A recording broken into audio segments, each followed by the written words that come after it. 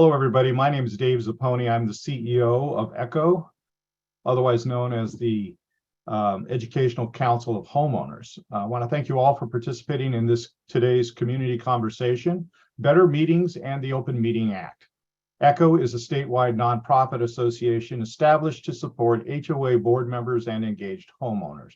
Our mission is to foster a better quality of life in community associations through education, advocacy, and connections. For today's event, we have a few housekeeping items. These are now presented on your screen. In addition, slides were sent to registered attendees beforehand. Please take a moment and review the housekeeping items. Please use the chat icon to report any technical issues and to communicate directly with other participants in the webinar. Use the Q&A function to ask your questions. We do not monitor the chat feature for questions. Today, we have a large audience of HOA board members. We will do our best to answer all the questions, but we may run out of time. To help us select the most relevant questions, please use the thumbs up icon found in the Q&A feature. Simply click this upvote icon to select your favorite questions. We do answer the questions with the most upvotes first. Please keep your questions general in nature and short. Questions about specific situations are better asked of the attorney serving your association or another appropriate industry professional familiar with your specific situation. I will respond in writing to some questions in the Q&A feature during the presentation. All other questions will be answered in the Q&A session at the end of the presentation. Please keep your questions concise so we can answer as many as possible in the time allotted. Complex questions will likely not be addressed. Now let me direct your attention to your monitor where you will find our disclaimer. None of what is said during the seminar shall be construed as specific legal advice, expert advice from the speakers, sponsors, or ECHO. If you wish specific advice, we encourage you to contact your attorney or another suitable expert. The information we provide during this webinar is educational in nature and should not be relied upon for specific decision-making purposes. Thank you. This event, as well as all of our events, is made possible by our generous contributions by professional sponsors. Please join me in thanking today's premier sponsors, the Kevin Boland Insurance Agency and the Heritage Bank of Commerce. We will now hear a few words from our premier sponsors. Kevin?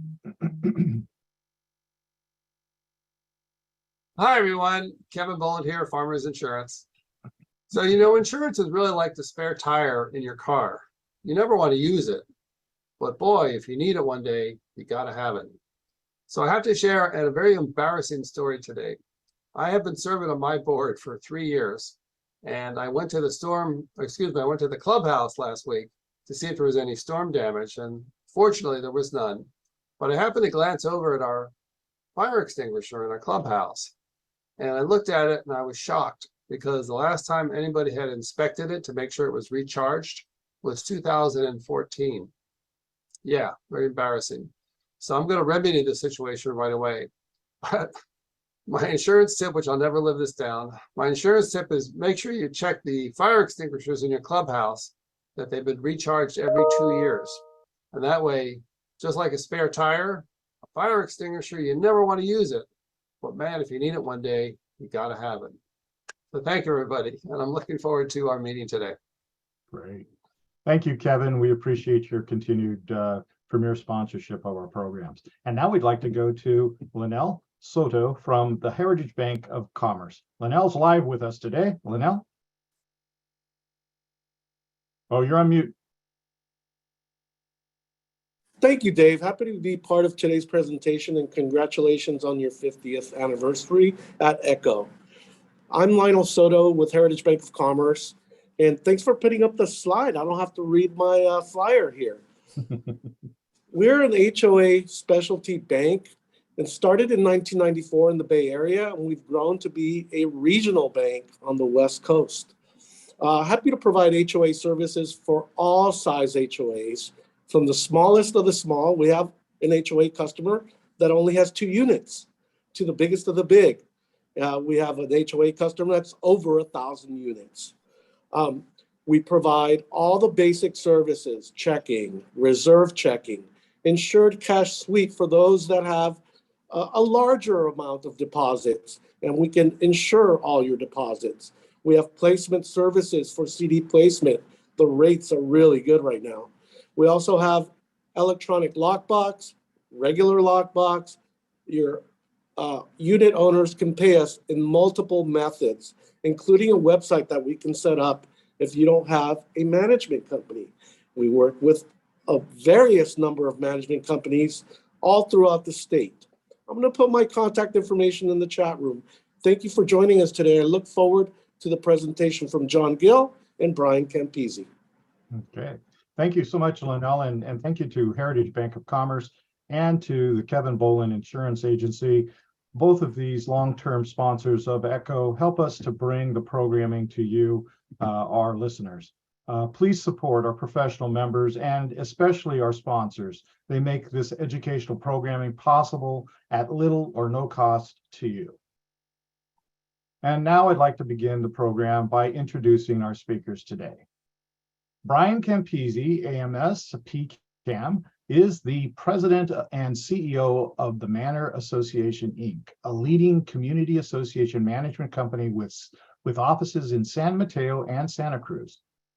The Manor Association represents common interest developments throughout the Bay Area and Santa Cruz, with over 36 years of experience representing residential and commercial associations. Brian is a recognized leader and subject matter expert in the HOA space. He has been a speaker at numerous educational events and he has partnered with city government and nonprofits to address municipal efforts, which include conservation and sustainability initiatives.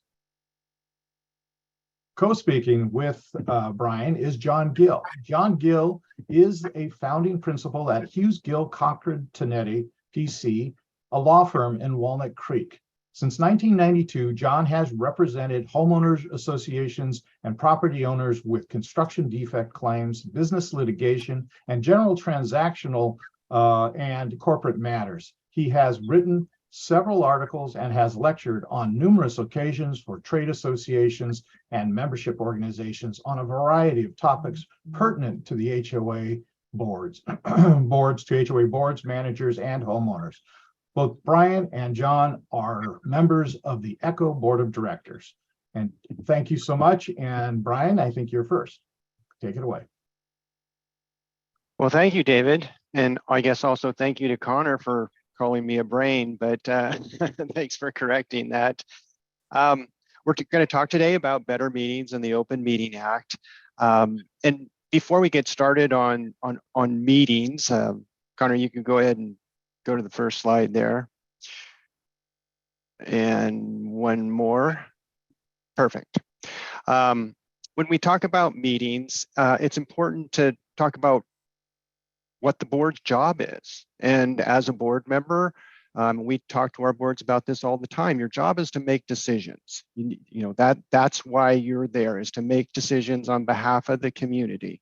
So when do you make decisions? Well, you make decisions in a board meeting, and that board meeting has to be properly noticed. It requires an agenda 4 days in advance of the meeting, and the board is limited to discussing only those items that are on the agenda. Unless, of course, it's an executive session meeting. An executive session requires 2 days notice, also with a posted agenda.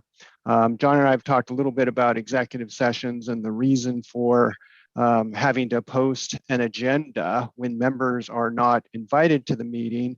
But nonetheless, that's what our legislature requires. So those are the basic components for having an open meeting. And again, your job at those meetings is to make decisions.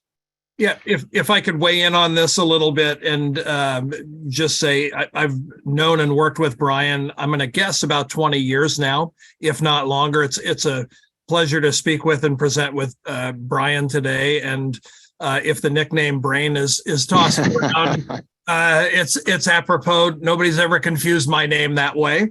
For perspective, most homeowners associations are nonprofit corporations, and it's important to remember that even though the directors are volunteers, when you're conducting board meetings, you're conducting business meetings. You're conducting the business of a nonprofit corporation, and the meetings need to be conducted in a business-like fashion.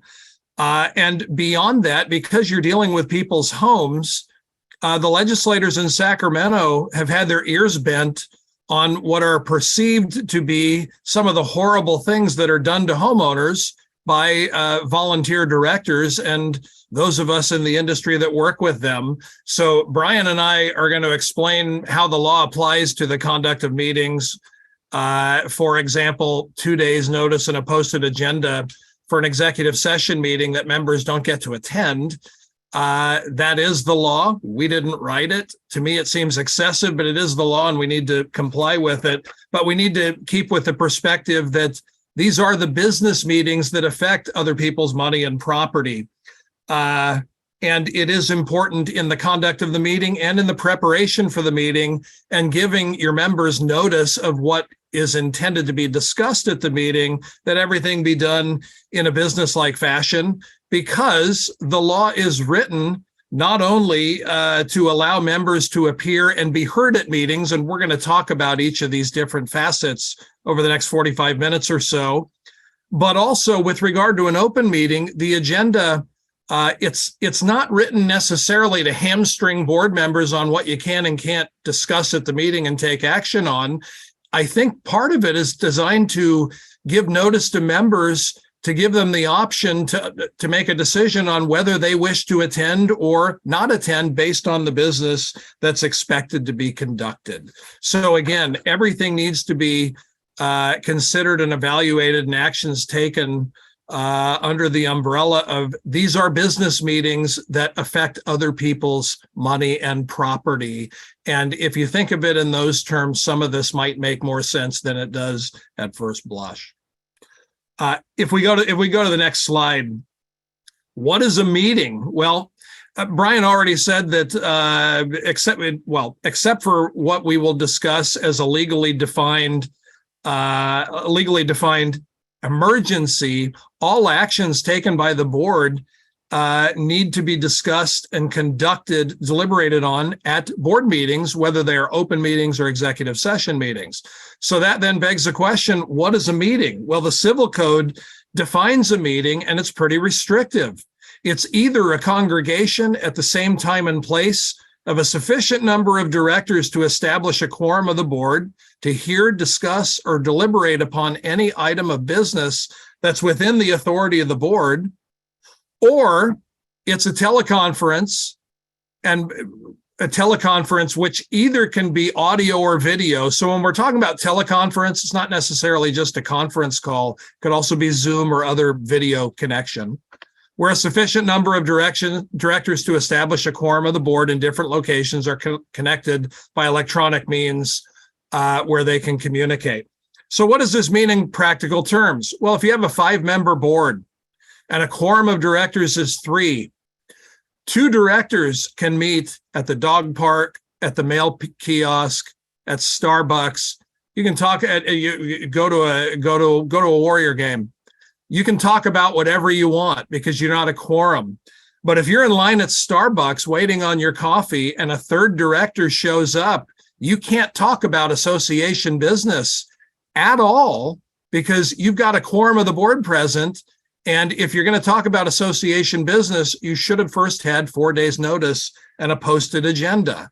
Now, is that realistic? Well, the law isn't written for the ease and comfort and benefit of board members. The law is written to provide transparency in how decisions are made that affect other people's money and property, specifically their homes. So what the definition of a meeting is very important.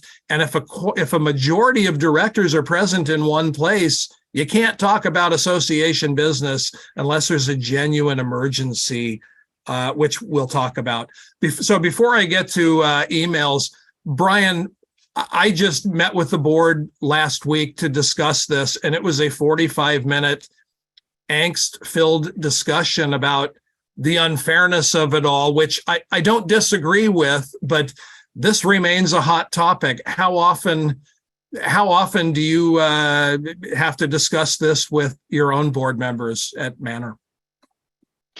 We probably talk about it every day. So it certainly comes into play, and we'll talk about this later with respect to email. But it's a continuous challenge for boards who are really well-intended and want to do the right thing, but feel handcuffed by the limitations surrounding meetings and their ability to talk to each other outside of a duly called meeting. And there are some strategies, which we'll get into a little bit later, but there are some strategies for dealing with it more effectively, including having committees, committee of board members that are do not represent a quorum, delegating responsibility to certain board members or to your manager, or to committees. So there are certain workarounds, but it does come up very often. Well, so let's not even wait.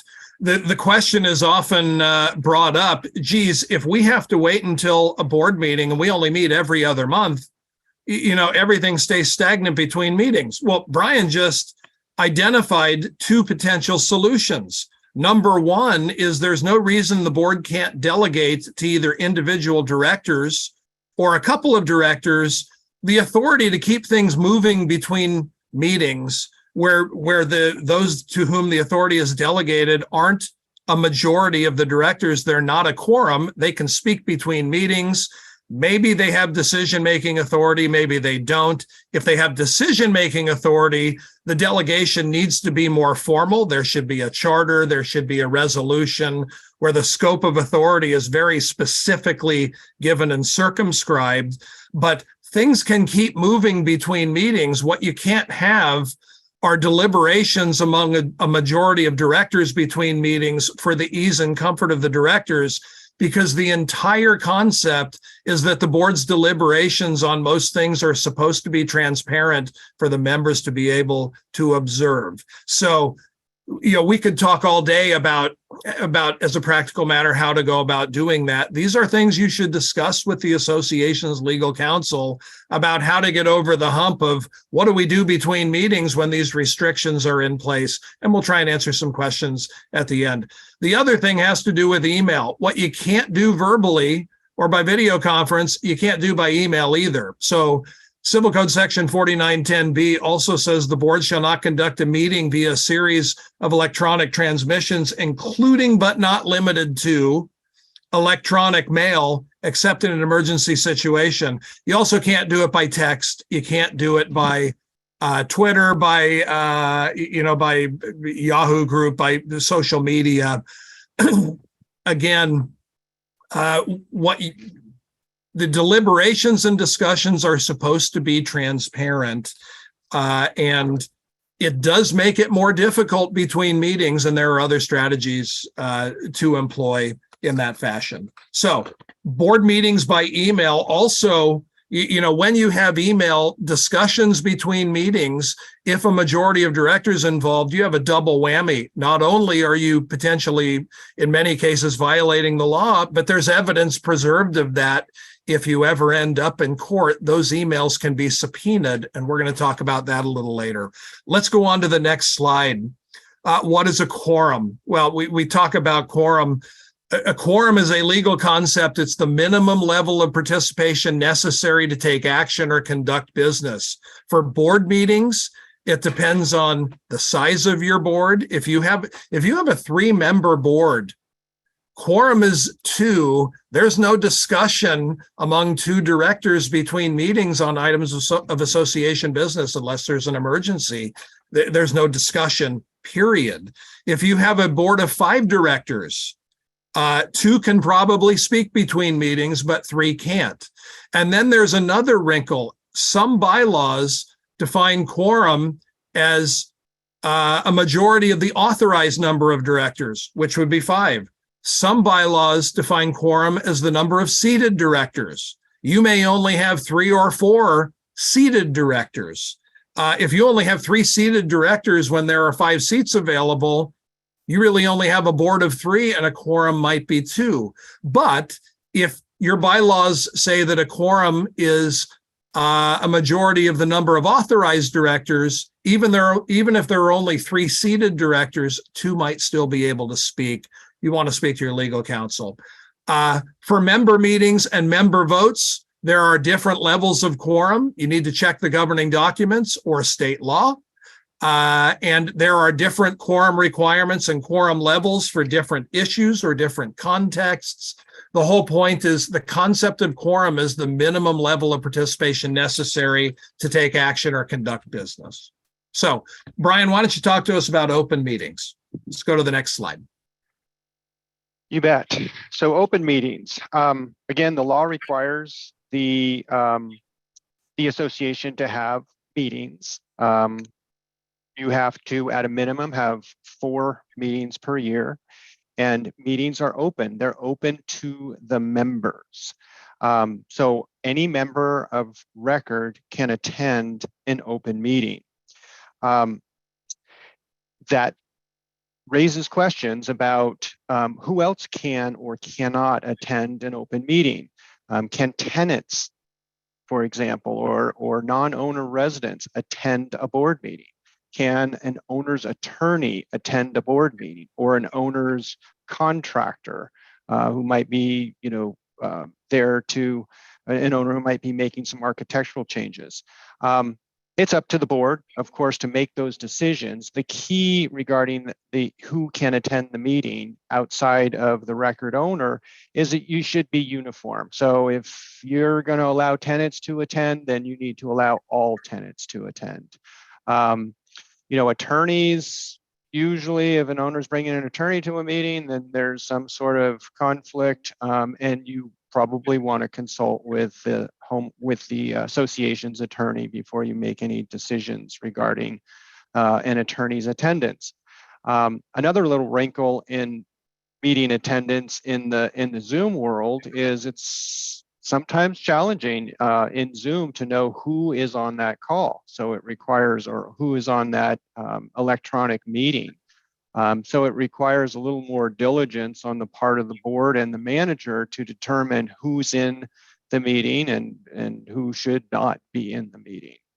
Another question we hear often is who should run the meeting? And in our world, oftentimes the board will default in some cases to the manager as sort of the meeting administrator, and they will lead the way through a board meeting, which is fine.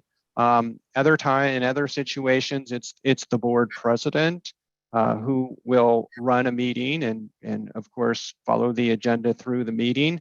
But there should be some agreement by the board members who's going to lead the meeting. John, with regard to attendance at meetings, there are 2 aspects of this. There's the legal aspect. A homeowners association is a private corporation.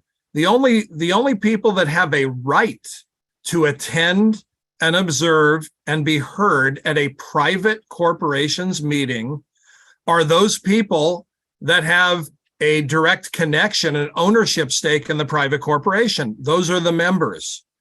So, there's also a sense of community, neighborhood, neighbors, community. And many boards are reluctant to tell residents, tenants, family members, spouses, significant others, that they can't attend when they're around for all practical purposes and are genuinely interested in what happens in the community. And those are value judgments to be made. There are legal risks in information in private corporations being shared with those that aren't members of the corporation. But as a practical matter, in most cases, in open meetings, I think those risks are pretty low. The issue arises when someone who doesn't have a right to be there becomes difficult. And that happens much more frequently than we'd like to believe it would or should. And at that point, you have the challenge of, if we're now going to enforce the only members can attend, it has to be enforced in a uniform, fair, and reasonable fashion, non-arbitrary. You can't just kick one non-member out and let all other non-members attend and take the stand, well, they're a non-member, they don't have a right to be here, but in effect be discriminating against some but not the others in the absence of some threat or physical confrontation. So these are things that the board needs to think about in how the business meetings are to be conducted. And it's very important that the enforcement be fair, even-handed, and non-arbitrary. I'd say in our experience, the majority of boards don't allow tenants without some reason or cause. I mean, that's kind of our practical experience. Yeah, I think that's right. It can be difficult after the fact when there's a pattern and practice of allowing anybody to attend to then come back and say, okay, here's what we're doing now. Right. When people know that it's in response to an individual or a group of people being difficult. But again, there's nothing wrong with that as long as you clearly articulate and communicate with the members about, here's what we're doing, here's why it's consistent with the law, and we're going to be non-arbitrary, uniform, and consistent in conducting our meetings, our business meetings, in a legally compliant fashion. Right. So I think that's entirely reasonable. So let's talk about agendas. And Brian, I think that's yours also. Yeah, you bet. So we talked a little bit earlier about the agenda. So there is a requirement for the board to post an agenda 4 days prior to the meeting. And the board is restricted to only discussing those topics that appear on the posted agenda during the meeting. So you can't go off script.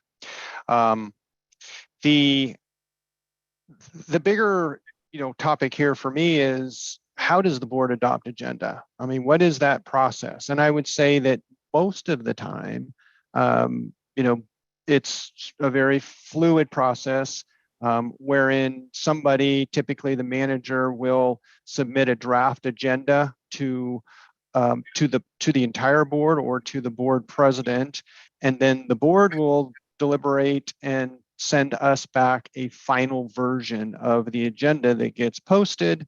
And that's what the board uses to conduct their meeting. However, in some cases, there's conflict among board members around what items get on the agenda. Board member A wants, the tree project on the agenda. Board member B doesn't want the tree project on the agenda, and it ends up being a little bit contentious that way, and challenging for the manager or the board to adopt agenda and to get it out in time. And our approach to that challenge is really the board needs to have an agenda policy. If they can't come to a resolution on how, what should be on the agenda, then it's really the board's responsibility to adopt a policy about how that agenda gets set. The policy might be that, the president has the final say in what gets on the agenda. It might be that if it's a 5-member board, 2 board members, less than a quorum, determine, what items are going to go on the agenda. All board members should be heard. I mean, every board member should have input into establishing the agenda. And fortunately, it's not a problem very often, but if it is a problem, then work with your manager, work with your attorney, and adopt an agenda policy. So, detailing how the agenda gets set. And we've had to do that in several cases, and it typically solves the problem. A couple people have asked whether the 4 days is business days or calendar days. It's calendar days. So if you have a Tuesday meeting, the agenda needs to be posted by Friday. It doesn't have to be 4 business days. It's 4 calendar days. So agreeing with what Brian was just talking about, my idea of best practice, if you're a community with a managing agent, if you're working with professional management, the manager should always have control over items that go on the agenda. That's one of the reasons you rely on professional management, is to at least administratively conduct the business affairs of the association at the direction of the board. Your manager is going to have some of the best knowledge of things that must be dealt with at the next business meeting of the board. I would also recommend that the president, who is selected by the board to be the titular head of the board, have the authority to have items posted, items placed on the agenda at the president's discretion. The president typically is the primary point of contact for your manager if you're managed, and would also have typically the greatest knowledge of the things that need to be dealt with. Beyond that, some boards allow every director to ask for things to be on the agenda.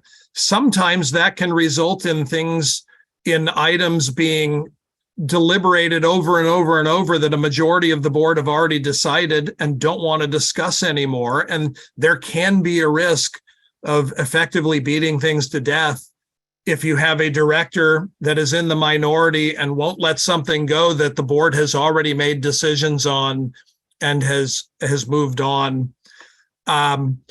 So one other option is beyond the manager and the president. If you're trying to avoid having an agenda for each meeting that is 50 items long because every director has their 8 pet subjects, if, for example, you have a 5-member board, any 2 directors can request that something be put on the agenda because you have enough for a motion and a second. You have enough for discussion and a vote on an item of business. Now, that's not the law. The point is your board needs to discuss how it wants the agenda to be set and then comply with whatever the board discusses in terms of how the agenda will be set so that every director has input as the board determines is appropriate to set the agenda and conduct business. So that brings us to open meetings, items that are not on the agenda. If we go to the next slide.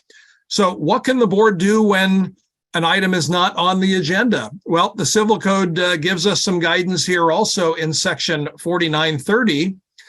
There are several things. The board members and the manager, if you're managed, may briefly respond to statements or questions from members, typically in the member forum, asking clarifying questions. They can make brief announcements. They can report on activities. Again, items on the agenda relate to the conduct of business. It doesn't mean the board can't make announcements. It doesn't mean information can't be shared, but action cannot be taken at a board meeting if an item is not on the agenda for the conduct of business. So these other things can be done. If somebody asks a question, board members can respond to the questions or statements. You're not required to, but you have the authority to. The board can refer information matters and administrative tasks to the manager, even if they're not on the agenda. If somebody brings something to the board's attention that isn't an emergency, which we'll talk about next, and the board says, wow, we'd like to know more about that, you can direct the manager to look into, but it's not an emergency. So you ask the manager to look into that, gather information, and let's put that on the agenda for the next meeting. So that's a reasonable approach to something that isn't on the agenda, cannot result in immediate action, but some positive step can be taken in response to information that's shared.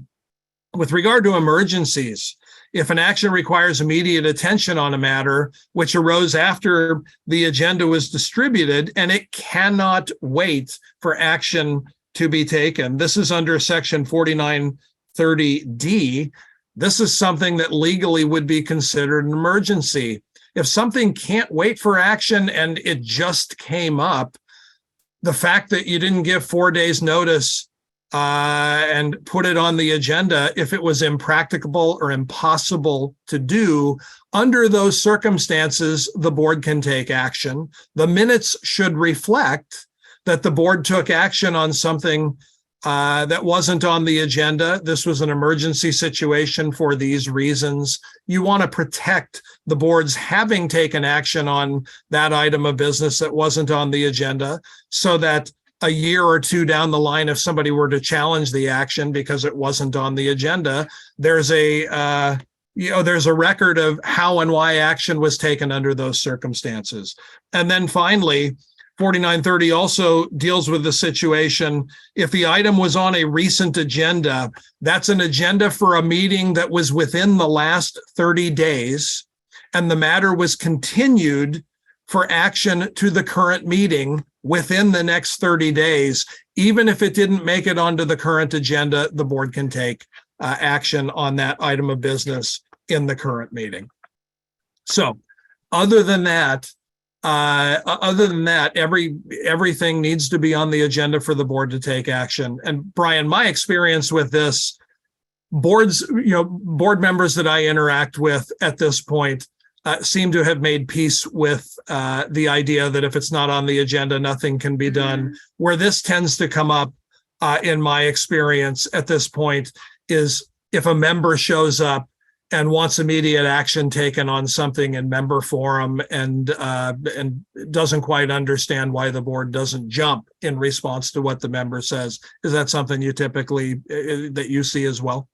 Agreed. I think that the agenda law has been around a while, and boards are used to working with it, and the open meeting, the whole Open Meeting Act. Many board members are familiar with it, but owners are often not, who don't regularly attend. So they will show up and they want, pound their fist on the table, and they want the board to do something right away. So it's really a matter of, explaining what you can do, and then what you can't do. And, that's how we deal with it.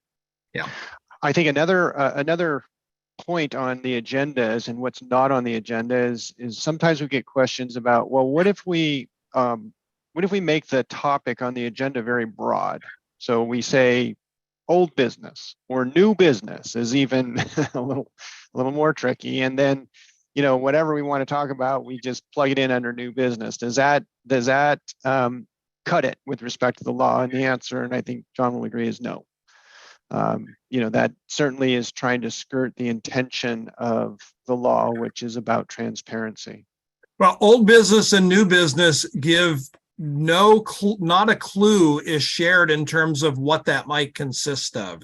I think you can give general descriptions, but they need to be a little more specific than that to let people know generally what's going to be discussed. Right. Yeah. So let's talk about member participation in open meetings. So open forum, again, the Civil Code requires the board to have an open forum or homeowner forum at the meeting. The Civil Code also provides the board to adopt reasonable rules regarding open forum. Open forum can completely ambush and dominate a meeting if the board isn't prepared and hasn't established reasonable rules. Rules might include how long can each speaker talk and address the board, how long the open forum session will last in total. It's going to no more than 30 minutes or no more than 20 minutes. In a real contentious situation, the board could adopt an open meeting policy. We've talked about policies quite a bit, but an open meeting policy is one that we've worked with a number of communities on adopting a policy. Everything from it being very simple regarding how long a speaker can talk, to how long the session will last, to very specific. So you have to fill out a comment card. You have to be called on by the board. You may only speak for 2 minutes. So the rules can get pretty specific. We've had, I'll give you an example. I'll tell a little story here. We had an association where their meetings were just unbelievably contentious. They had a lot going on in the community, and varied opinions about what to do and what not to do. Of course, special assessments and money were involved. And the board, they were getting ambushed at every meeting. They couldn't get to their business because, members were just unrelenting during the homeowner forum. So we chatted about it. We came up with a policy, and essentially the policy was you had to fill out a comment card. You were going to be called on. You were limited in the amount of time that you could speak. And the board said, well, how do we enforce that? How are we going to enforce that? We can't control these meetings. And I told them, I said, look, you make the rules very clear. And if the members don't follow those rules, then adjourn the meeting. Just make a motion and adjourn the meeting. And they had to do that for a couple of months in a row, where they just simply adjourn the meeting. Next month, they had to do the same thing, but the members finally got the idea, hey, we're not going to have a meeting and we're not going to have an opportunity to speak if we can't follow the rules.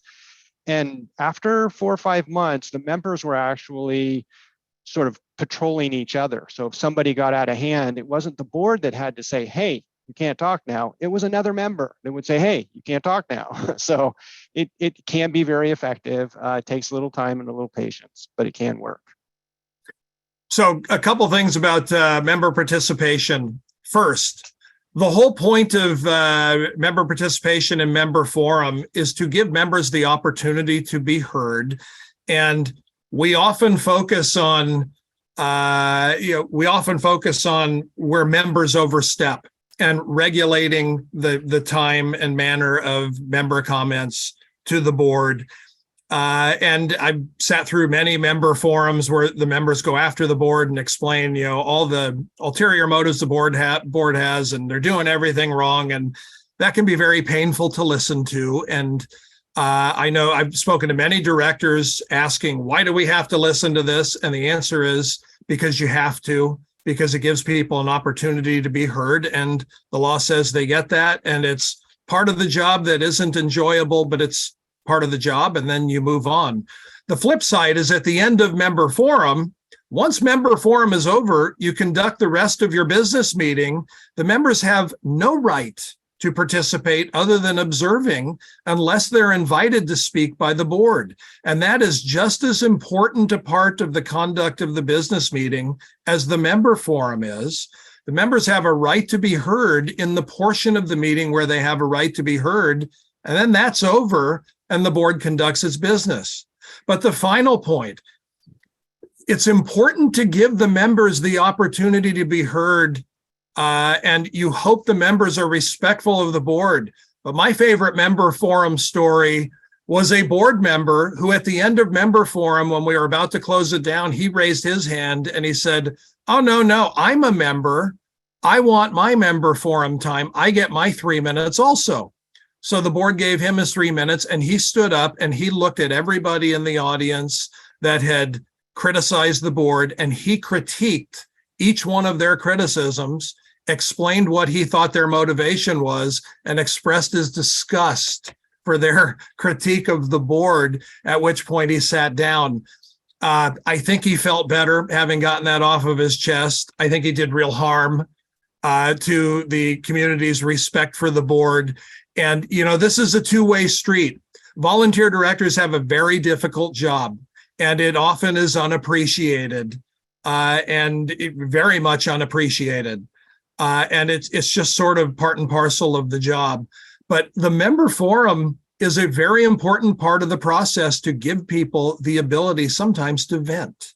And as directors, it's important to let that process play out, give it the life that is warranted, and then move on and let it go, and not take it personally if it feels personal, because people have a right to say what they think and express their opinion and let it go. And I would urge directors not to feel the need to criticize back when somebody criticizes their actions. Thank you for your statement. Your 3 minutes are up. Let's move on. And with that, let's move on to executive session to the next slide. The executive session portion of the meeting is closed to members, except those that the board invites to attend. It allows directors to address issues that may be privileged or confidential. By statute, it is limited to certain subject areas: the formation of contracts, member discipline, personnel matters, pending or potential litigation. And with that, as a lawyer, I would push the envelope with that.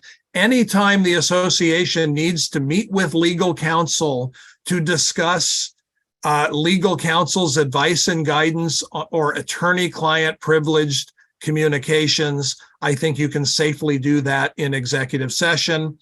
Or the discussion of delinquent assessments, payment plans, decisions to foreclose. Those are all subjects that can, and in many cases, should be conducted in executive session, and those matters need to be kept confidential. But I say can, in many cases should. That's a foray. Brian, formation of contracts. You and I talked when we were preparing for this. If there are many times when we're not, it's one thing to go into executive session to negotiate with a vendor in ways that are best discussed in private. There's confidential information, proprietary information. But sometimes the board is simply considering 3 different proposals, for example, for landscape maintenance, for various services. And those are the types of things that may not be confidential. And those are the types of things that I think a lot of people in the community would be most interested in. And there wouldn't necessarily be harm in deliberating on those in open session. What's your take on that, and how do your communities handle that? No, I agree entirely, John. I think more often than not, contracts are discussed and voted by the board in an open session, in an open board meeting. And when there is no reason for confidentiality, then why not do it in open forum? It's transparent. Members get to see and hear the deliberation. And that's, I think, best practice. And that's most of the time what happens. There are those occasions where contracts are discussed and should be discussed in executive session for a variety of reasons. There might be confidential information. There might be reasons to keep the proposals, sealed from, so that there isn't any funny business between service providers. But those are few and far between, really. So you have the authority to discuss matters related to formation of contracts in executive session.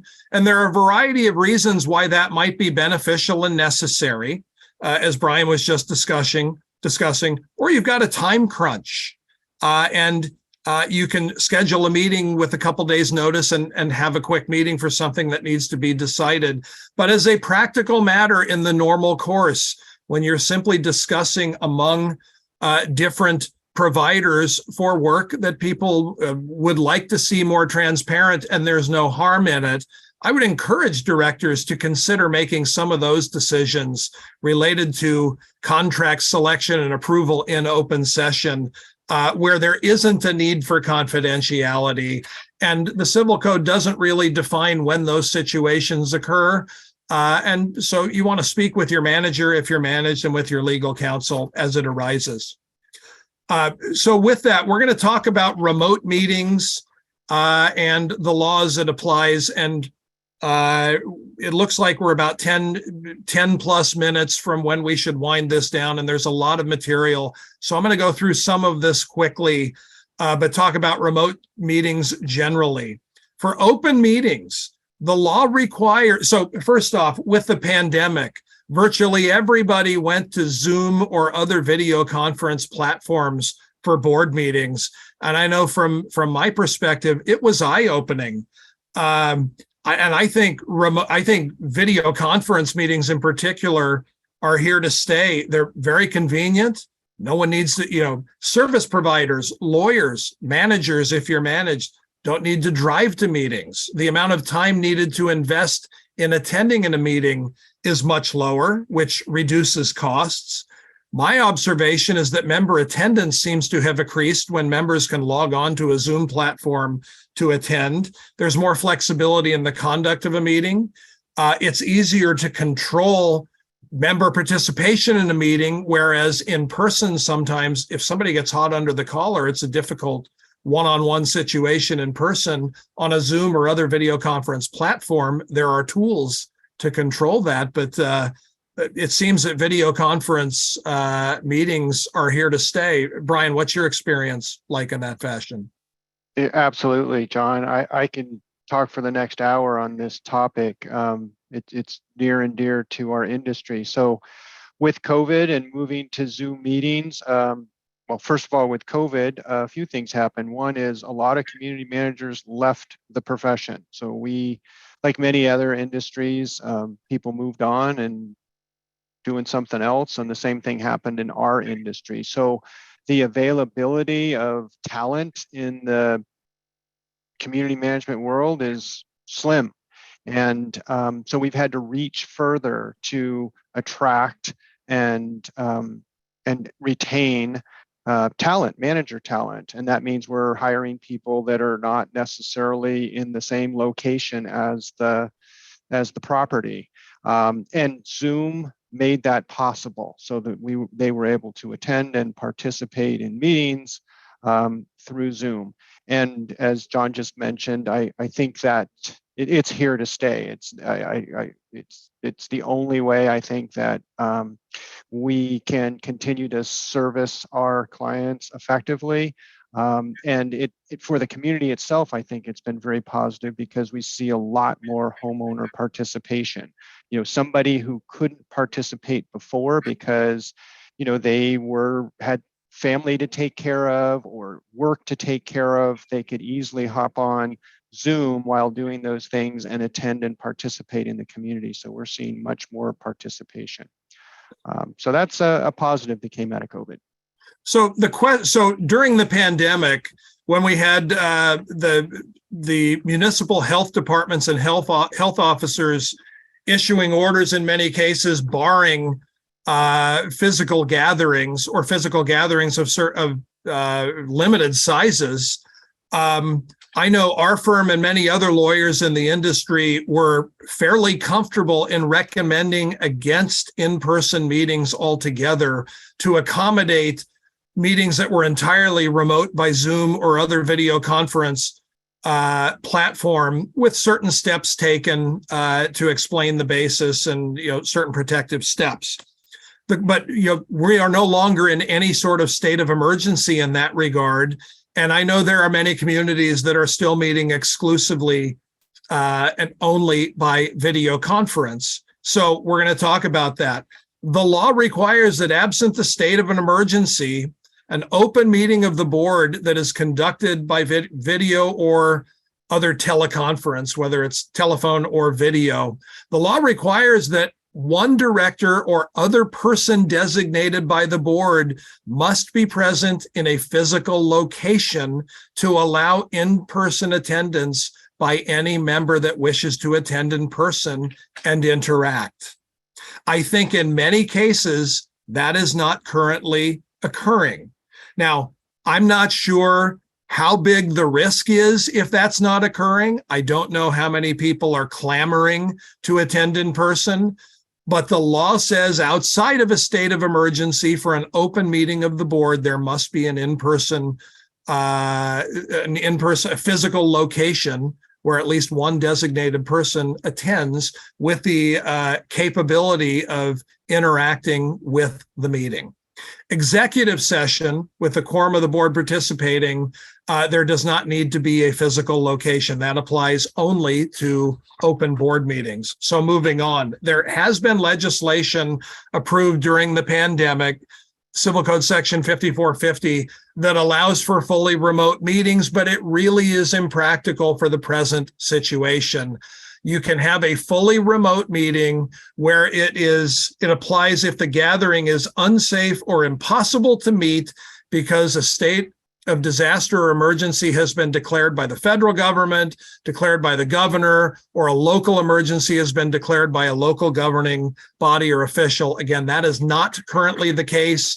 Absent a local specific, for example, if you had local wildfires that did a number on portions of a local community, there could be a local state of emergency declared to which this might apply. But on a widespread basis, due to the pandemic, for example, it's no longer in effect. If we go to the next slide. In that instance, notice of the first meeting that's conducted for a particular disaster or emergency affecting the association must be delivered to members by individual delivery.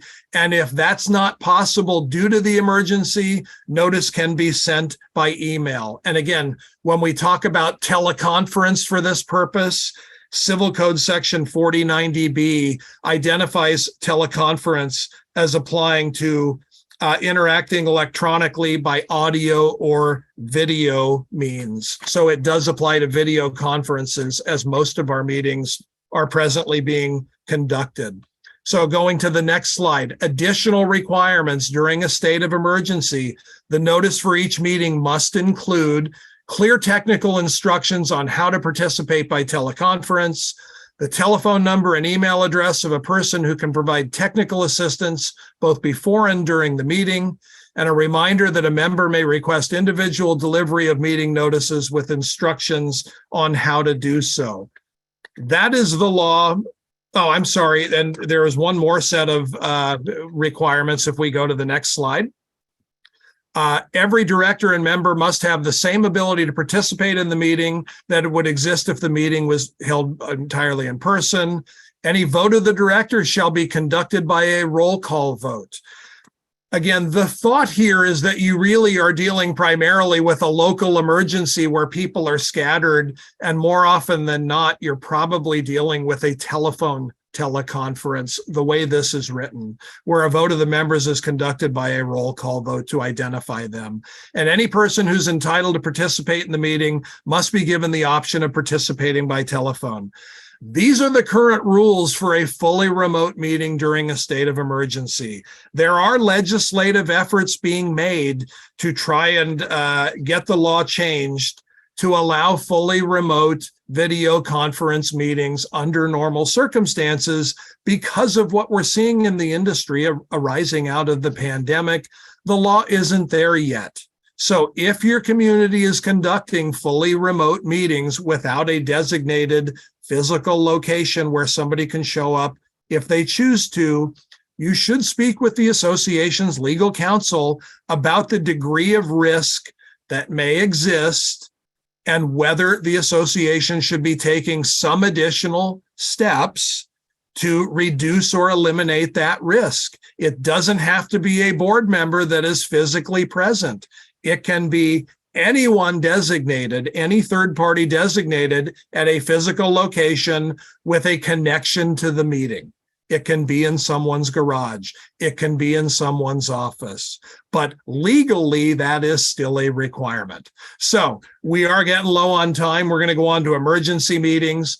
We've already pretty much done on the next slide, emergency meetings. If there are circumstances that couldn't have been reasonably foreseen that require the immediate attention and possible action by the board, and which of necessity make it impracticable to provide notices required by law, under those circumstances, you can't get to 4 days notice in a posted agenda.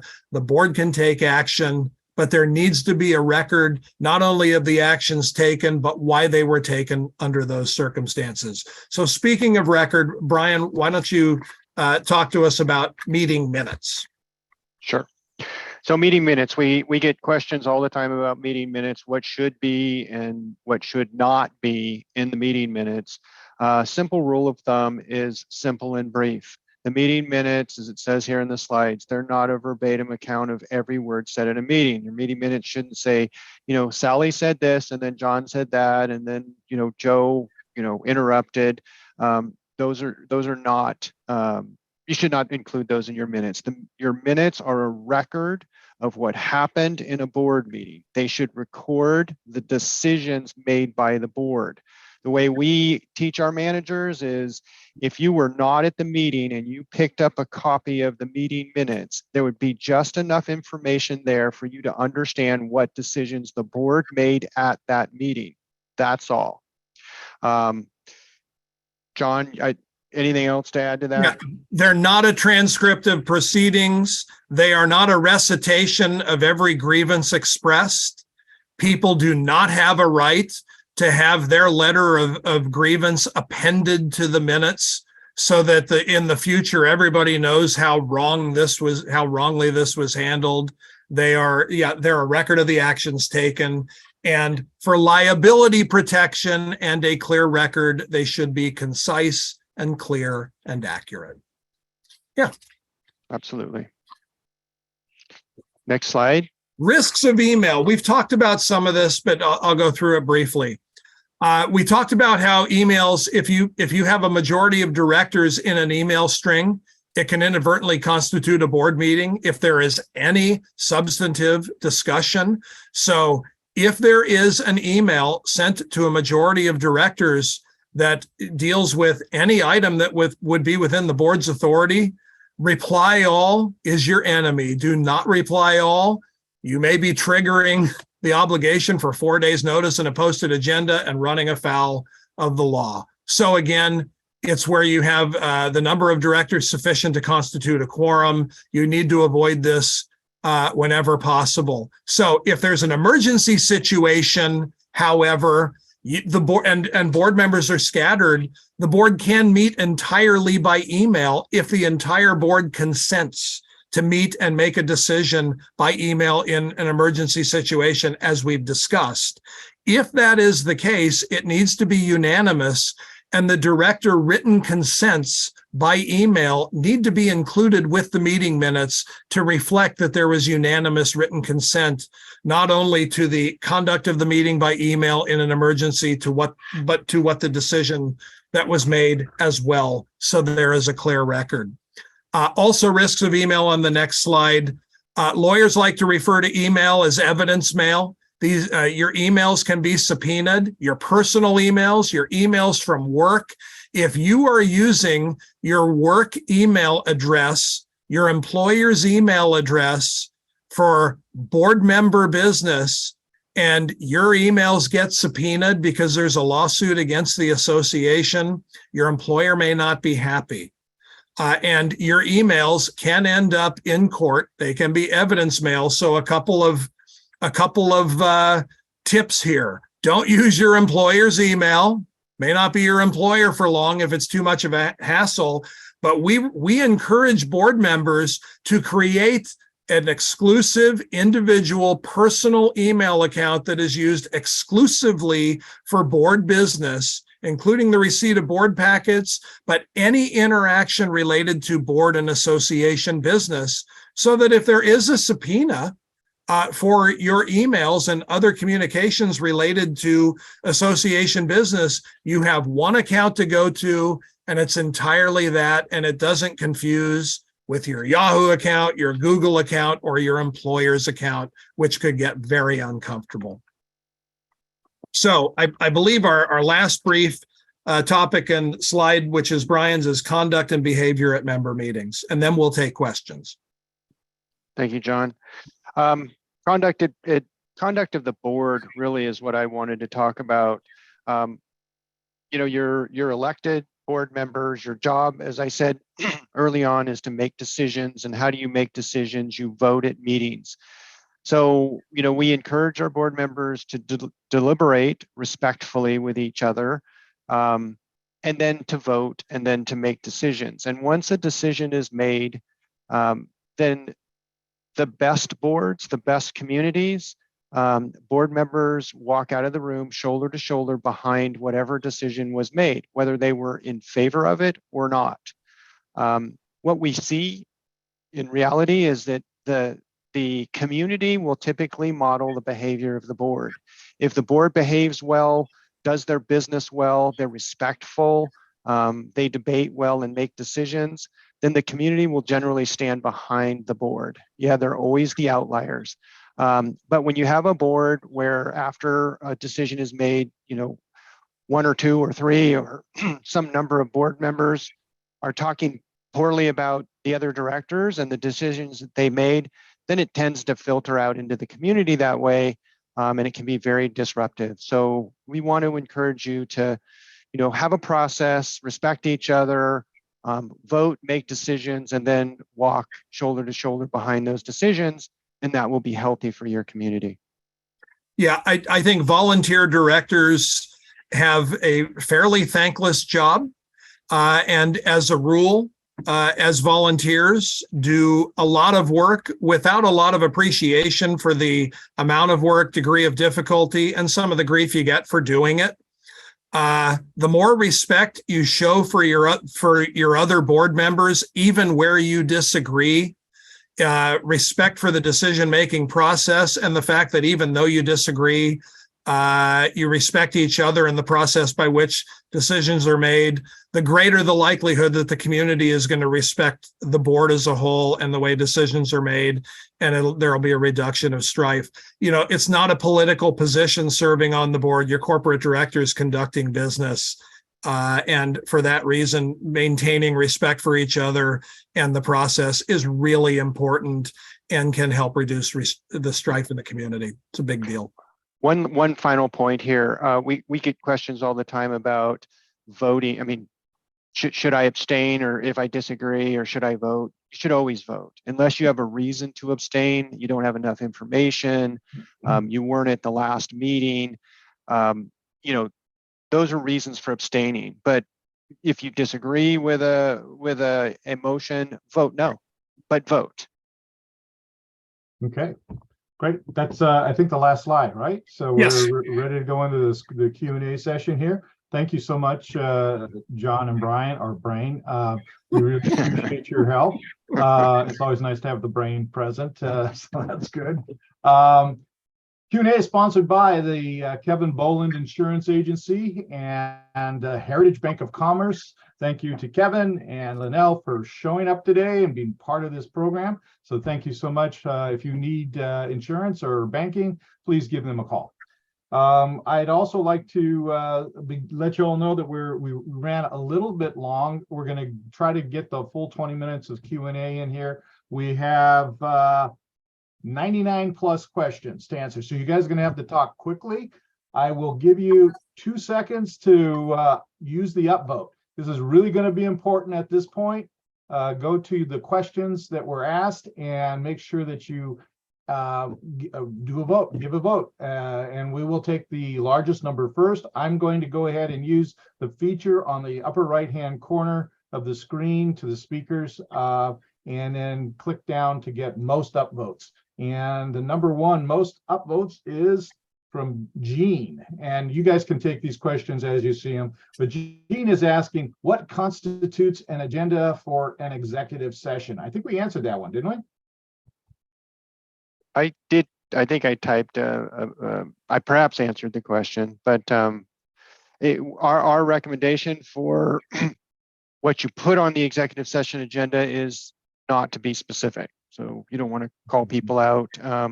You just want to put generally what the purpose of the executive session topic is. So Yeah, I think you can mirror the categories that are the subject of executive session for purposes of the agenda, because those things are related to confidential issues, privileged issues. So formation of contracts, member discipline or disciplinary hearings, personnel issues. I think your agenda can relate to those types of things to give the members a general idea of the types of things that are being discussed. Okay, sounds good. I agree. Is there a way to have a retreat so that board members can learn to work with each other and gain common understanding of the rules? How do you do that? I'm going to let John answer that one. Well, so it depends on what the retreat is. So, for example, if the entire board wants to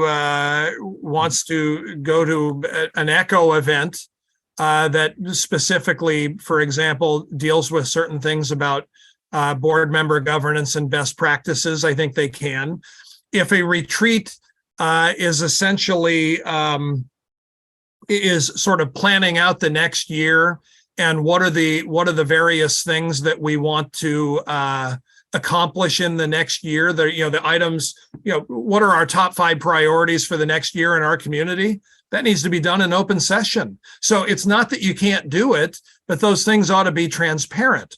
So going to an educational event for betterment of what the law says or what best practices are about how to serve in my role as a corporate director isn't really deliberating on items of association business. But if what you're talking about is strategic planning for our community, that's something that I think the law would intend to be pretty transparent and therefore should be done at a board meeting. Right. So the answer, from what I'm hearing, maybe you can do this. It's just a matter of what is being discussed during that meeting. So make sure that if you're going to go down that route, make sure that that you're not talking about business of the association business. That's the bottom line. When I hear retreat, that makes me believe it's likely related to my specific community. And if it's my specific community, we're talking about the community's needs, our strategic goals, and something like that realistically is going to be a board meeting. Right. So if you have a facilitator, make sure they understand the parameters if you're going to do something like that. But well, and you could conduct that with the members present to observe. There's nothing about that requires confidentiality. It doesn't require member input while the board is interacting with the facilitator. It might be really enlightening for members to observe all the things the board is considering in terms of what we do in the next year, for example. Yeah. So I think we found our the best way to do this is to make it an open meeting and just have the meeting. Yes. And invite everybody to it. Who's going to go to a half-day retreat anyway, right? Well, people might come and go. Yeah, that's right. Makes sense. That's a good solution. Can board members use email to share information, perspectives without making a decision? This is a good question. Get asked this all the time. What about email? Use an email to have some sort of a conversation. If somebody sends an email saying, I'm providing, I'm sending this information in advance of the next meeting for our discussion at the meeting, that alone isn't necessarily a deliberation. The first time somebody replies to all, you're probably deliberating. And the reply all may be, well, then we better consider this as well. And you're playing with fire. So the pure transmittal of information to be discussed at the next meeting in and of itself doesn't necessarily constitute a meeting, but we very quickly get there. So just understand that all of this stuff is discoverable and can be subpoenaed if there's a lawsuit, and it is really difficult for people to pull back. Yep. So be careful about that. Next question from Greg Battrup. I understand the law does not require an association to provide copies of the agenda packets. These packets often contain analysis, staff reports, committee reports, etc., that would help members understand the background to be considered by the board before making decisions. Our association has been unwilling to share background information, relying on the provisions that the packet information is not legally required to be shared. Can you speak to the transparency and voluntary sharing of information? So from a legal standpoint, the board considers many things that aren't available to the members. One of the reasons the members elect directors is for directors as fiduciaries to consider all available information and make decisions they believe to be in the best interest of the association. Members don't have the same fiduciary duty in considering and evaluating the same information. That members can act and form their opinions out of self-interest that directors legally aren't allowed to do. There may be privileged and confidential information included, and the types of documents within the board member packets often has attorney-client privilege stuff, confidential stuff, proprietary stuff, and certainly documents that are not included within the scope of records that the Civil Code says are available to association members. So as an association attorney, I have no difficulty with the concept that everything made available to the board for its decision-making as fiduciaries isn't made available to the members and isn't necessary to the members' ability to observe the board conducting business. Now, that's a legal answer. There's the practical community answer. And, Brian, do you have anything to add to that? Or, there could be various shades of gray in terms of certain types of things can be shared, but the entire packet, I think, is a separate deal. So, no, absolutely. We don't ever share the board packet because it would typically include confidential information, including, homeowner account information. So we wouldn't share that with the members. That being said, I think you just mentioned where you can share information and be transparent, you should. I would agree with that. That makes sense. Okay. Next is Marcia M. How should boards respond to questions and suggestions voiced in the homeowners forum, such that these sessions are not perceived as merely a suggestion box? Clearly, some items might be placed on a future agenda, but should all items be responded to by the board? I mean, again, you want to be respectful to the members, and something that may not appear to be important to the board may be important to a member. So I think the board should do its best to address whatever the issue comes up. If it comes up in open forum, as John mentioned, the board has the ability to comment and place it on a future agenda, assign it to the manager for follow-up. If it's something that the board isn't going to take under deliberation, then the homeowner should probably be informed of that. Perhaps not at the meeting, but after the meeting, some sort of communication to the member saying, hey, thank you for your input. We appreciate it, but we're not taking that up at this time. Okay. I think it's important for the board members during member forum to listen to the members and try and have an appreciation of what's important to the members that they want to bring to the board's attention. Board members have a lot more information at their disposal and through which they may filter member comments. Like everybody else, board members have biases. Members have biases. We're all human. We all have biases. But it's important to listen to the members and hear their perspectives. It doesn't mean that action is warranted on each one. It doesn't mean that a response is warranted to each one, but the board does want to be responsive to the members. So you take these things under consideration and process them as the board believes is appropriate, exercising fiduciary duty. So, it's on a case-by-case basis. Right. And one of the things you want your homeowners to feel is that they're being listened to. Yes. So, and I also would like to add, be careful if you start a precedence of answering each one of the people that come in the open forum and make a comment. Those conversations can really extend meetings as well.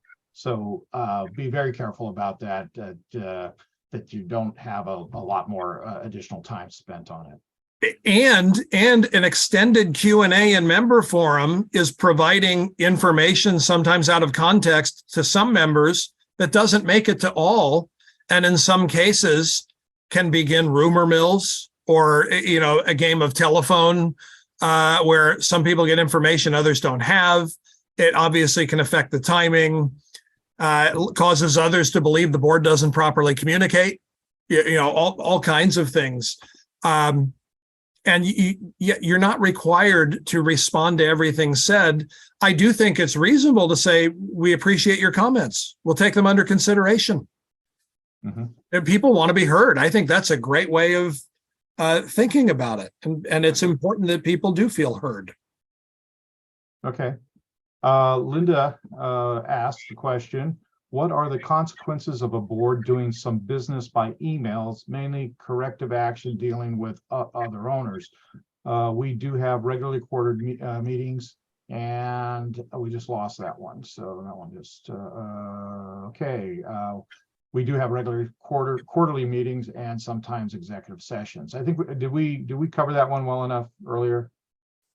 Well, the fact, if you're only meeting quarterly and it's not often enough to conduct all of your business, that alone isn't a reason to make decisions by email. That doesn't make everything in between an emergency. So you may need to create a committee of perhaps 2 directors with delegated authority to do certain things that's clearly articulated in writing and decided by the board at a meeting, or you need to give specific directors the ability to keep things moving without making final decisions. Or you may need to meet more frequently.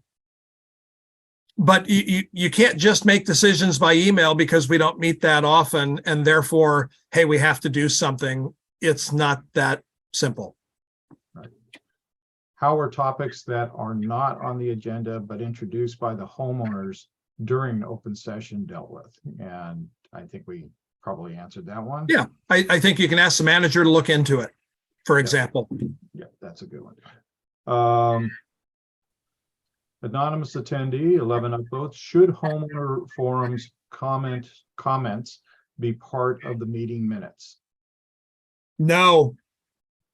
They are not a record of actions taken by the board. Mhm. They do, in my opinion, they do not belong in the minutes. And I think the operative point there is that you have to always consider whether that information will be used at some point down the road and you're creating a liability.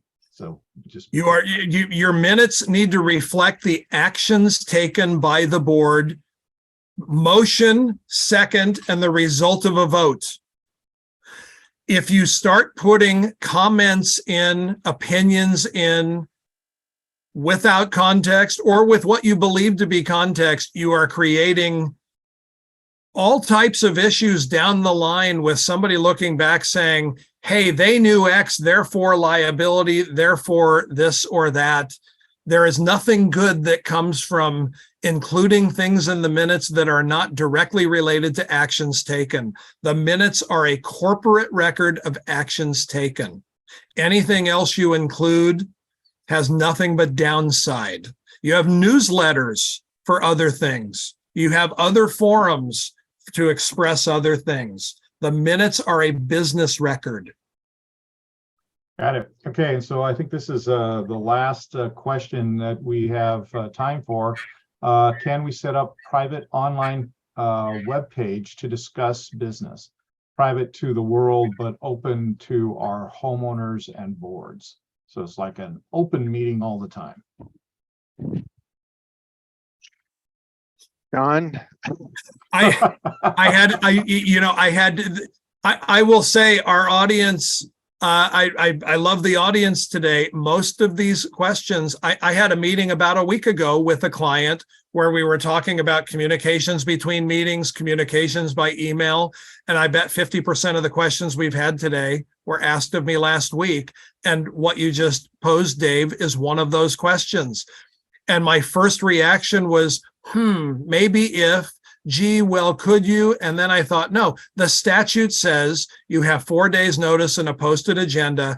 And the fact that the board is interacting electronically as a group with with open access provided to other directors doesn't change the fact that the board is interacting electronically as a group without 4 days notice and a posted agenda. So in my opinion, it runs afoul of the Open Meeting Act, and that is not what the law intends.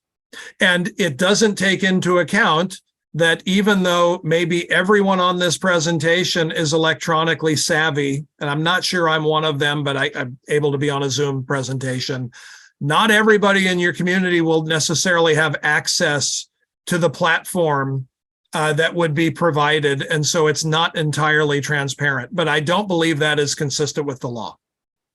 I think we're going to have a lot more questions about technology and the use of technology in the future. There's collaboration software. There's a bunch of voting software out there. I think there's going to be a lot of changes in the near future. So stay tuned, become a Echo member, and we'll keep you posted. So that's the last question. And so I want to segue over to say thank you, John, and thank you, Brian, once again for participating today. We're going to go ahead and move forward with the program. I want to thank you all to our membership that has participated in coming today and supporting our ongoing Echo webinars. It's very much appreciated, and we appreciate your contributions here. For those of you joining us today who are not members, you are invited to become a member. You can join by going to www.echo-ca.org and clicking the membership tab. For our members, please invite your friends, boards, and especially management firms and vendors to join Echo. If you value what Echo has to offer, we humbly ask you, our loyal members, to help us grow. In 2023, Echo plans to hold more than 70 online events, 3 in-person educational seminars, and more than 30 in-person resource panels. Further, Echo is celebrating its 50th anniversary, and we have special activities planned throughout the year, including a grand anniversary celebration on May 5th, Cinco de Mayo. We will be sending out registration information about this event in the next few weeks. Please take a look. We hope to see you at the 50th anniversary celebration. If you have some time and would like to help out Echo, we have a few opportunities you might consider. Please refer to the slide. If you see anything that looks interesting to you, we have an opportunity to bring you on board and get you engaged in the way Echo works. My email address is dzappone@echo-ca.org, and just send me an email and we can talk about it. Now for our other announcements. Our next in-person event is February 15th at the Central Coast Resource Panel. I look forward to seeing you there. It's in Capitola. The topic is water damage and mold awareness. We have a lot of water these days, so pretty topical.